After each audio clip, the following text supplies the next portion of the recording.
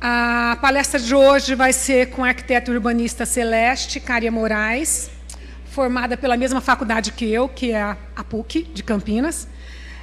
Eu vou ler um mini currículo para vocês. Ela formou na PUC, certo?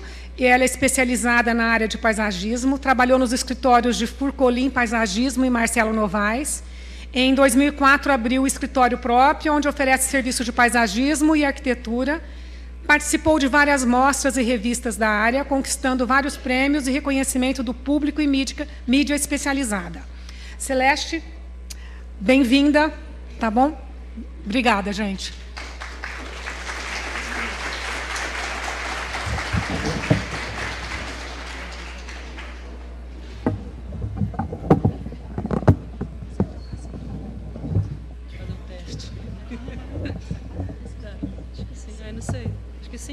Abaixa um pouquinho. Aí? Tá ótimo. Boa noite, pessoal. Queria agradecer imensamente a toda a equipe da AEARP, a Marta, a Ângela, todo mundo, que para mim é um privilégio poder estar aqui conversando com vocês, explicando assim um pouquinho da minha experiência profissional. E é isso. Então, vamos começar aqui. Eu fiz um esqueminha para a gente não se perder. Bom, me apresentei, né? Vou me apresentar de novo. Meu nome é Celeste Moraes, me formei pela PUC e me formei já faz 30 anos, mais ou menos. E o que acontece? Quando eu me formei, eu falei, e agora? O que eu vou fazer? Né? Meu pai virou para mim e falou assim, filha, o próximo aluguel é você que vai ter que resolver. Então, eu peguei meu TGI embaixo do braço, na época não tinha disquete, não tinha CD, não tinha nada. Então, eu peguei meu TGI num papel vegetal, tudo a gente fazia nanquim, peguei as páginas amarelas e fui atrás de floriculturas, porque eu queria trabalhar com paisagismo. E, pela minha sorte, eu fui trabalhar no escritório de um grande amigo e colega, o arquiteto e paisagista Marcelo Novaes. O escritório dele ficava num sítio, tinha que pegar ônibus, atravessar a estrada, eu não estava nem aí, eu queria aprender. E era muito legal, porque a gente fazia os projetos e tinha o viveiro junto, né? Então, eu comecei a aprender bastante. Aí, saí de lá, fui para um outro escritório, que, por sinal, o arquiteto mora aqui em Campinas, aqui em Ribeirão, que é o Rivabem, o Fernando. Vim para cá, morei um tempo aqui, voltei para Campinas de novo e fui trabalhar com um agrônomo chamado Alexandre Furcolim, que, assim, com ele eu trabalhei 7 anos, era um cara super bacana, tal, aprendi a lidar com o cliente, aprendi a fazer projeto, aprendi tudo. Então, o que eu digo para vocês é o seguinte, sai da faculdade e vai trabalhar num escritório bacana, entendeu? Já que é para trabalhar para os outros, vai trabalhar para um cara bacana, um cara que saiba. Porque daí você vai saber também, né? Aí, quando eu montei meu escritório, que foi em 2004, eu comecei a fazer mostras. Fiz 3 anos de mostra. Fiz 2004, 2005, 2006, fiz Campinas Decor.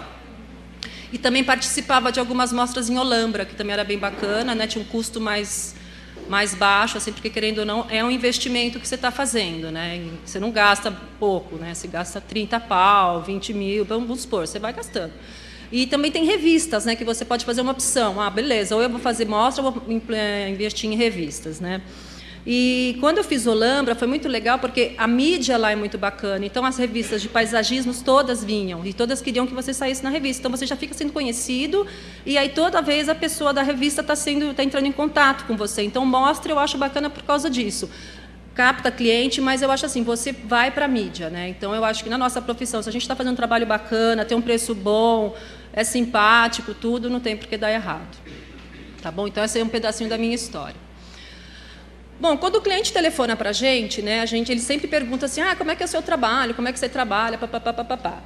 O primeiro contato com o cliente é pelo telefone, a maioria é por indicação, né, que eu acho que é a melhor das coisas. Assim, não adianta ficar fazendo páginas amarelas, essas coisas, nunca ninguém me procurou por isso, mas é muita indicação mesmo. Bom, você marca um encontro na obra, lógico. Aí você vai na obra, conversa com ele vai ver se simpatiza com você vai tentar se simpatizar com ele, se ele falar nós vai, nós vem, a gente vai falar nós vai, nós vem, se ele vai falar não sei o que, você vai falar não sei o que, quer dizer, você tem que dançar conforme a música ali para você não perder o cliente. Né? Aí você vai ver mais ou menos o budget que ele quer gastar no jardim, o que ele quer fazer, tal, né? Então, esse eu acho que é o primeiro contato assim, com o cliente. Aí você faz uma proposta de projeto que eu vou mostrar para vocês. E ele aceitando a sua proposta, aí é só fazer o projeto, enfiar o dinheiro no bolso, fazer uma viagem boa. Enfim, vamos lá. Então, eu vou passar aqui e falar um pouquinho sobre a proposta de como a gente deve fazer uma proposta de projeto, né? Então, tem vários tópicos, aí eu mostro para vocês. Qual o serviço que você vai apresentar para ele? Beleza, é projeto, mas que projeto? Vai ter um anteprojeto, no meu caso eu faço um anteprojeto, tudo à mão, que depois eu deixei até uns ali para vocês verem. Faço um projeto executivo da cobertura vegetal, que daí vai ter toda uma tabela dizendo cor da flor, época de floração, porte para plantio, metragem, tudo uma tabelinha bonitinha. Faço projetos executivos, vamos supor, como nós somos arquitetos, eu sei que tem bastante agrônomo aqui, mas a gente cria muita coisa, a gente faz, às vezes, projetos de piscina, deck, pergolado, um espelho d'água, você tem que detalhar isso para ir para a obra, né? Que eu falo que a obra é a parte civil do meu trabalho.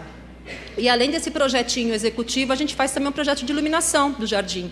Né? A gente pode trabalhar com algum luminotécnico que explica alguma coisa para a gente poder fazer um projeto também de iluminação do jardim bem bacana, para não ficar aquela coisa estranha, né? Principalmente luminárias que ofuscam a vista. Então, isso tudo é muito bacana a gente tá ligado, né, nessa história toda. Aí tem algumas informações complementares que eu vou falar para vocês e sobre a execução também, que eu acho muito importante. Bom, então ali está como elaborar um projeto, né? Você põe a data, no caso eu pus Campinas, porque eu estava lá. O nome do cliente, um contato do cliente, pode ser um e-mail, um celular. E aí está, orçamento para elaboração de projeto de paisagismo. Se tem um condomínio, põe o nome do condomínio, o nome da cidade, o estado, etc. Serviços profissionais. Então, tá. Segundo vossa solicitação, estamos enviando o presente orçamento que consiste de. Então, o que vai ter no seu trabalho? Estudos preliminares. A hora que você vai na obra do cara e ele falou, não, Celeste, eu quero fazer, você já tem que cobrar, entendeu? Então, vamos lá. Eu vou começar a falar do que ele tem que fazer lá na casa dele a partir do momento que ele me pagar a primeira parcela. Né? Porque eu vou ter que ir na obra, vou ter que medir, conferir medida, porque a gente pede para o cliente uma implantação da casa no terreno. Né? Com essa implantação da casa no terreno, a gente consegue conferir todas as medidas, norte e sul, o sol, a insolação, né? Análise da implantação da área geral, que eu também acho muito bacana, principalmente quando é condomínio. Você tem algumas espécies vegetais já nas casas vizinhas. Então, eu gosto de fazer meio que um apanhado, assim, né? E hoje em dia o paisagismo também tem muita modinha, né? A palmeira rabo de raposa, ou aquela palmeira gigante, que é a fênix canariense, que o pessoal gosta, carésima, e às vezes nem dá muito certo no lugar. Mas, enfim, a gente tenta sempre fazer esse link, né, com a casa do vizinho. Então, a gente vai fazer toda essa conferência, então são os estudos preliminares, e isso a gente já tem que cobrar. Tá? A partir do momento que ele aceitou o seu trabalho lá, você já está cobrando. Projeto completo de paisagismo, aquilo que eu falei para vocês. Anteprojeto paisagístico. Né? Aí você vai discriminar a escala que você vai apresentar, como que você vai apresentar e o que vai ter nesse anteprojeto. No meu caso, eu adoro fazer à mão. Né? Eu adoro desenhar à mão, eu adoro criar à mão, pintar, pegar cor, fazer as curvas. Eu não consigo trabalhar no computador para fazer paisagismo, porque tem muita curva, né? Muita coisa orgânica. Então, aí vai lá. O paisagismo não é só planta no jardim, é tudo aquilo que eu falei para vocês, que é a parte civil. Né? Então, a gente primeiro precisa definir a parte civil. Eu falo que o começo do projeto são definir os caminhos. Você definindo os caminhos, você consegue definir o tipo de caminho que você quer, as diretrizes, a direção que eles vão, para onde vai chegar esse caminho, aí você chega com as plantas e você vai fazer seu ornamento. Enquanto a gente não conseguir definir a parte civil, não começa nem a se mexer com planta, tá? Porque às vezes muda uma coisa e você tem que mudar todo o seu canteiro. Então vamos lá, sugestão para layout de vegetação, eu ponho essas coisinhas, ó. Sugestão, circulação, piso externo, deck, pergolado, tudo que o cliente vai querer na casa dele. Né? Não adianta também você fazer serviços profissionais com um monte de coisa, sendo que o cara só quer planta também. Né? Às vezes ele já tem a piscina, já tem as coisas. Então, tudo que o cliente quer, você tem que colocar também nesse anteprojeto, né?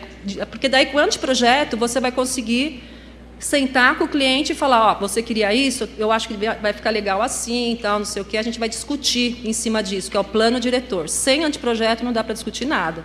Aí às vezes você chega numa obra também, o cara, eu queria que você me desse uma ideia, como é que vai ficar? Eu não vou falar para ele, eu falo, eu vou pensar. E é muito melhor para a gente também, porque a gente chega para o cliente com uma segurança do que você está falando para ele, se ele vai gostar ou não. Então, seria mais ou menos isso, os serviços que você vai projetar, né? Porque aqui a gente vai falar mais de projetos de casas assim, cliente final, né? Mais para cliente final, que são casas mais de condomínio, essas coisas, a gente não vai falar muito de projetos assim, de áreas muito grandes. Serviços profissionais, então aí vem lá o projeto executivo, né? Aí o que vai ter nesse executivo da cobertura vegetal, você tem que falar a escala que você vai fazer, tudo.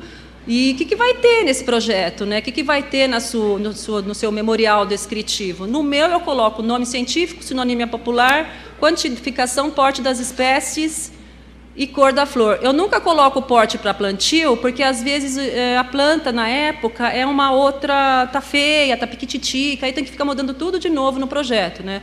Então cansa um pouco. Então eu não coloco o porte para plantio. O porte para plantio eu vou colocar no orçamento só. O que mais? O projetinho de iluminação, né, que eu acho que a gente tem que fazer, e senão não dá muito certo. E os serviços profissionais, né? Então, eu ponho ali, projeto arquitetônico executivo, que é aquilo que eu falei para vocês, né? Que a gente tem que detalhar tudo que a gente projeta. E o bacana é a gente sempre ter parceiros, assim, carpinteiro, o mestre de obra, porque daí a gente fica com mais segurança para projetar. Senão você começa a projetar as coisas e não tem quem execute.